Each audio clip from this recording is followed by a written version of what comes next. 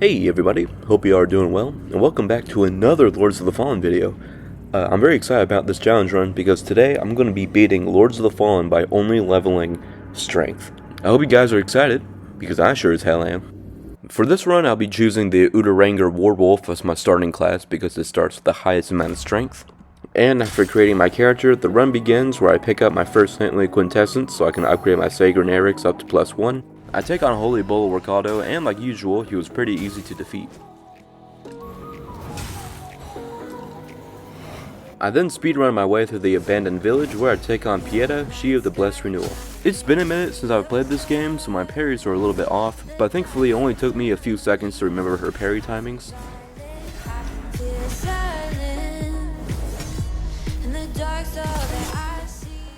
And damn, that damage.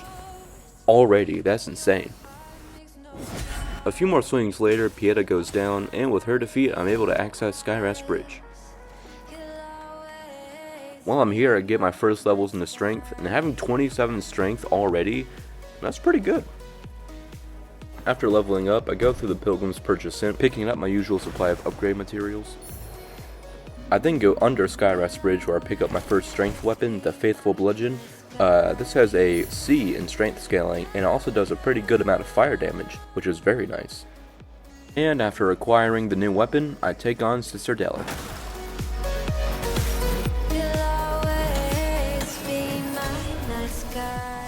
Oh man, that damage. That's insane. After annihilating Sister Delith, I make my way through Pilgrim's Perch where I pick up even more upgrade materials. After making my way deeper through Pilgrim's Perch, I run into my favorite character in any video game ever, Grelinda. I get my Faithful Bludgeon up to +2, and then I take on the Mistress of Hounds.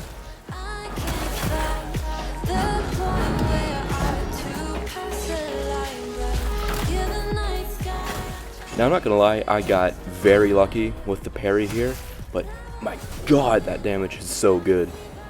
With the Mistress of Hounds defeated, I make my way to the beautiful Forsaken Fen where I take on the not so beautiful Congregator of Flesh. Now for the most part this fight wasn't very eventful, but towards the end of the fight I was able to stagger the boss in mid-air, which cancelled the damage that I would have received if I didn't stagger him, and with one more bunk, this abomination goes down. Making my way deeper into the Forsaken Fen, I pick up the Curse Worm Ring, which increases my agility and strength level by 1. I then take on the Mendacious Visage. I think that's how you say it. This boss isn't super hard. In fact, honestly, he's very easy. He's weak to fire, so it was even easier than usual, because as you can see, the damage was pretty insane. I make a small detour to pick up another Saintly Quintessence. And after getting my Sacred Eric's up to +3, I get my strength level up to 40, and then I take on the Hushed Saint. This fight starts really well as I parry him off of his horse like a total badass. Oh, and that is some pretty satisfying damage.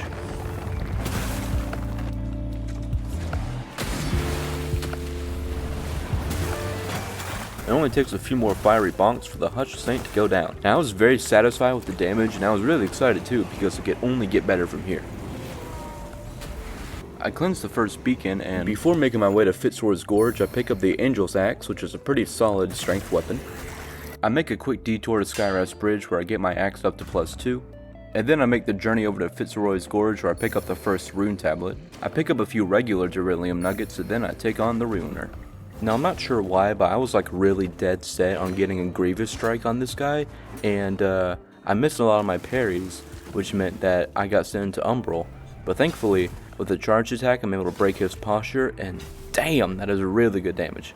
Okay, that was worth it. With the Ruiner taken care of, I make my way back to Skyrest Bridge where I get my Angel's Axe up to +5, and I get 2 more levels into Strength. And then I journey over to Lower Calrath where I take on the Inferno Enchantress. I threw some Wither Salts on my axe because she's pretty weak to Wither, and damn, yeah, you can see that damage is really good. I was able to suck the soul out of her body, and because of the Wither that was applied to my axe, we did a ton of damage to her. And with one more slash, the Infernal Enchantress goes down. To me, it's pretty strange that this boss is located in Calrath because clearly she can't take the heat. I apologize. Continuing through Calrath, I use my lamp to go through this wall where I pick up the Sword of Skin and Tooth. This sword is amazing because it has pure strength scaling and it does 200 burn damage, which is crazy. I make a pit stop at Skyrise Bridge to get my new sword up to +5.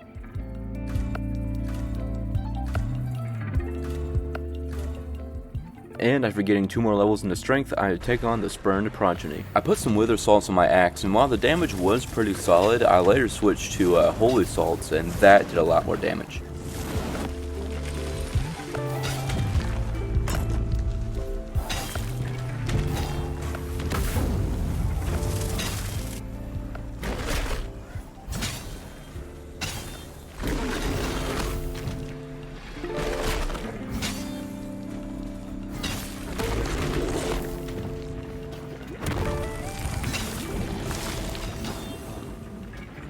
When the lava disappeared from the arena, I made a pretty risky move and I attacked the Spurned Progeny's feet while he was charging up his nuke, but thankfully I was able to do enough damage to defeat him before he let it off.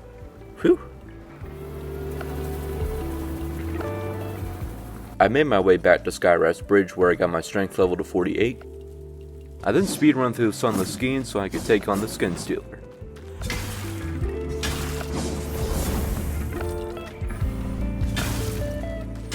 I feel like I'm going for a lot more parries in this run than I usually do, not only because it's very satisfying to parry anyway, but I know because we're only leveling strength, the Grievous Strikes are going to be like insanely good. We're also able to apply a burn on the Skin Stealer, and that did a crazy amount of damage. And I'm surprised how fast we're able to proc another burn, and with a few more strikes, the Skin Stealer goes down. However, my appetite for barbecued mini-boss isn't quite satisfied yet, so I make my way a little deeper into the Sunless Skiing where I take on a trio of Reapers. This time I threw on some burn salts on my sword so I could proc burn a lot faster, and the fight begins.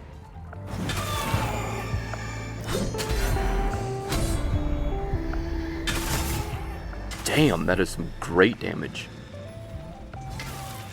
I was able to finish off the first one with a burn proc, and then there were 2.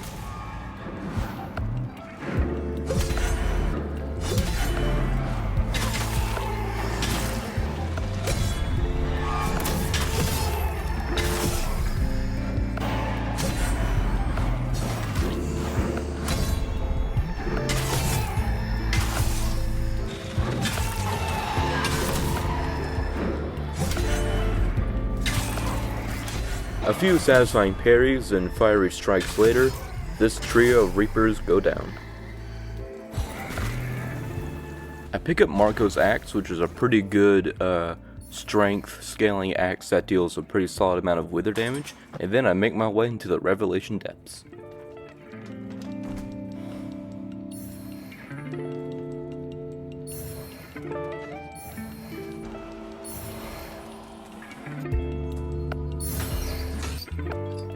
With a fresh supply of materials, I make my way back to Skyrise Bridge where I get Marco's Axe up to +5. And then I take on that Pledge Knight.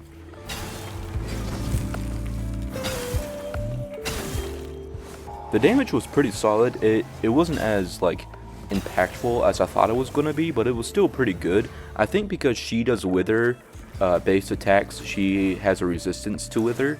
I should know this because I have 400 hours in this game, over 400 hours, but either way, the damage was pretty good.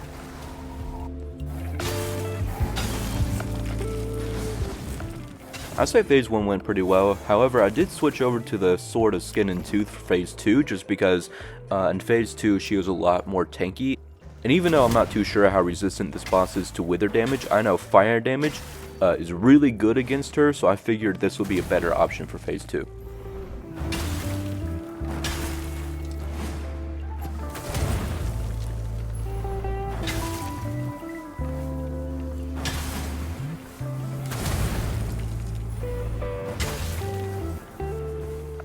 Being able to proc burn on the Unbroken Promise was really helpful, and I was able to stagger her before she jumped, and with one more slash, the Unbroken Promise goes down.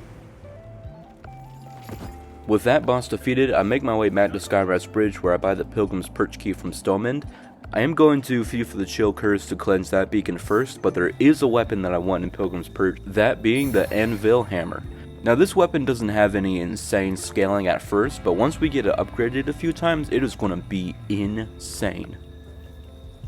And while I'm up here at the Sanctuary, I run into my man Legend and I buy a few large Duralium shards from him. With the upgrade materials I bought from Legend, I make my way back to Skyrest Bridge where I get the Anvil Hammer up to +7, and now it does a whopping 600 damage.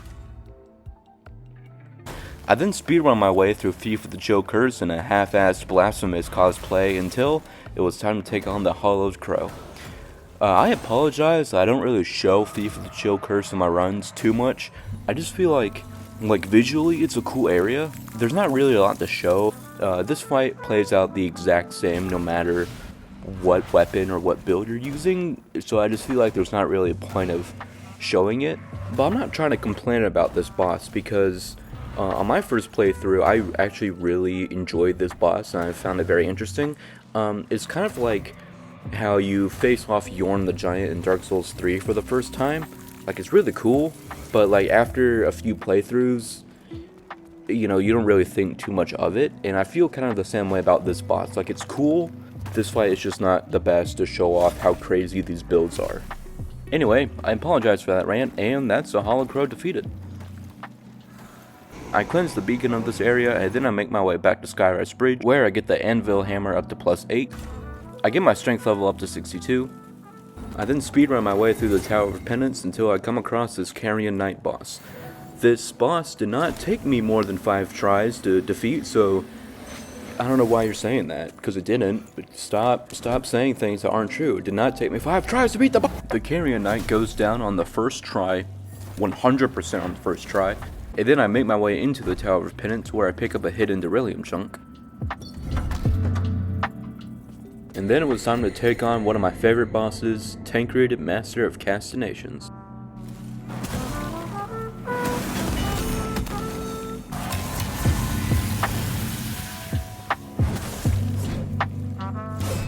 During the fight, I parried Tancred so hard that my game went offline, so clearly that means that the game couldn't handle how good I was during this fight.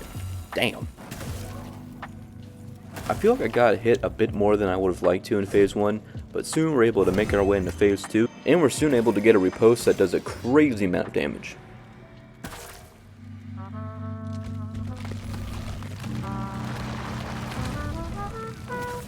I was actually pretty impressed by the amount of damage that we were doing, and even though in Phase 2 the boss uses fire-based attacks, having fire on our weapon still did a crazy amount of damage, and it doesn't take long for this boss to go down.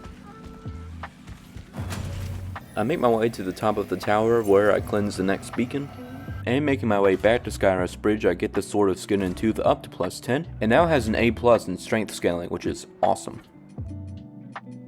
I then make my way into the Empyrean, where I take on Judge Cleric. I threw some fire on my weapon for this first phase, and oh my lord, that heavy attack did so much damage. Hell yeah.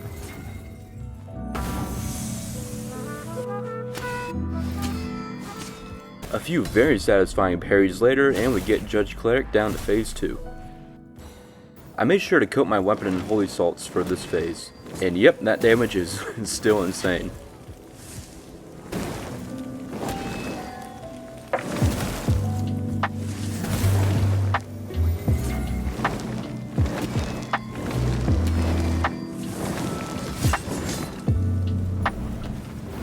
I do get sent to Umbral during the fight, but it takes one more heavy attack for Judge Cleric to go down. After making sure to cleanse the beacon of this area, I get my strength level up to 74. I then make my way to Upper Calrath where, after cleansing the beacon of the area, I took on the Light Reaper. I wanted to use Marco's axe for this fight because of the wither damage, but I soon realized that the damage we were doing was disappointingly low. So for my next attempt, I used the anvil hammer with some wither salts, and oh yeah, that damage is a lot better. In fact, our damage was so good, we were dealing about 1,000 to 2,000 damage per running heavy attack. That's not even a fully charged heavy attack, so that is crazy.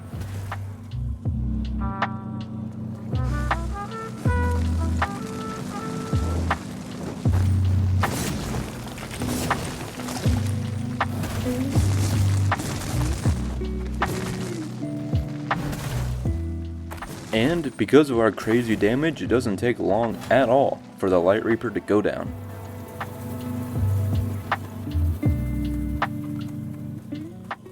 But before I can go to Brahma's castle, I have to take on the Iron Wayfarer.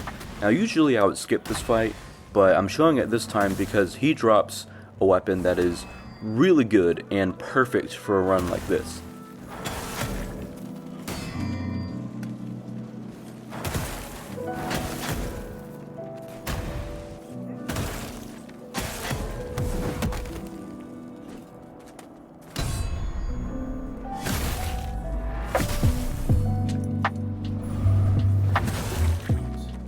With the Iron Wayfarer defeated, he drops the Iron Wayfarer Hammer, which does 26 damage of fire, wither, and holy. And it has good physical damage. And this thing is insane. I love it so much. I journey back to Skyrise Bridge where I get the hammer up to +5. And then I enter Brahma's castle. This castle is so hauntingly beautiful. It looks so cool. I love it. While I explore the castle, I pick up Paladin's Pendant, which increases my strength and endurance attributes. And once I'm inside the castle, I pick up a fresh load of upgrade materials. And with those materials, I can get my hammer up to +8. I jump onto this pillar where I pick up a beryllium chunk, and that's all I need to get my hammer up to +10. Then it was time for me to take on King Brahmas.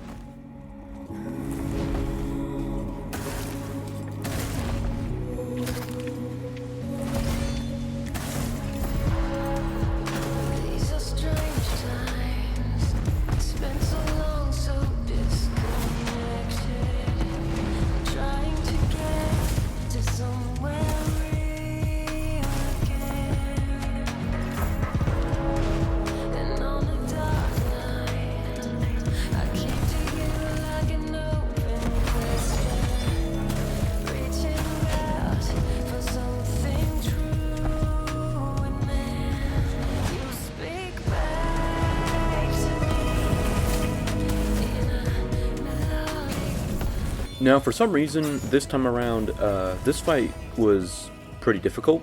It took me a few attempts, and the winning attempt was a lot closer than I wish it was. But after a few attempts and a few hefty bonks, the Sundered Monarch, or King Brahmas, goes down. And after getting my strength level up to 78, it was time to enter the Rogar realm and take on the final boss, a deer.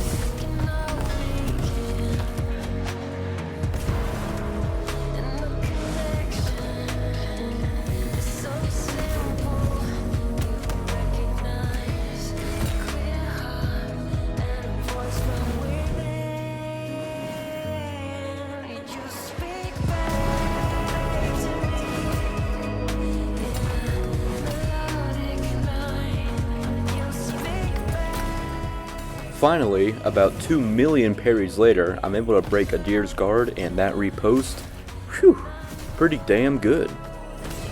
Now, like the Sundered Monarch, this boss took me a few tries, and eventually I put on Holy Salts on my weapon, and it definitely made a big difference, because our damage was a lot better than without the Holy Salts. And also like the Sundered Monarch, the winning attempt was a lot closer than I wanted it to be, but finally, with one grand finale bonk, a deer goes down, ending my strength only run. Thank you guys so much for watching this video. I really hope you enjoyed it. I apologize that it's taking me a little bit to make another one. I was a little underwhelmed by the damage of this run. I mean, it was good, but I was expecting like Dark Souls level of like crazy bonk damage, but it was still pretty good, and I enjoyed this run, and I'm excited to do more. Guys, thank you so much for watching this video. Really hope you enjoyed it, and until next time, see you all later. Thank you.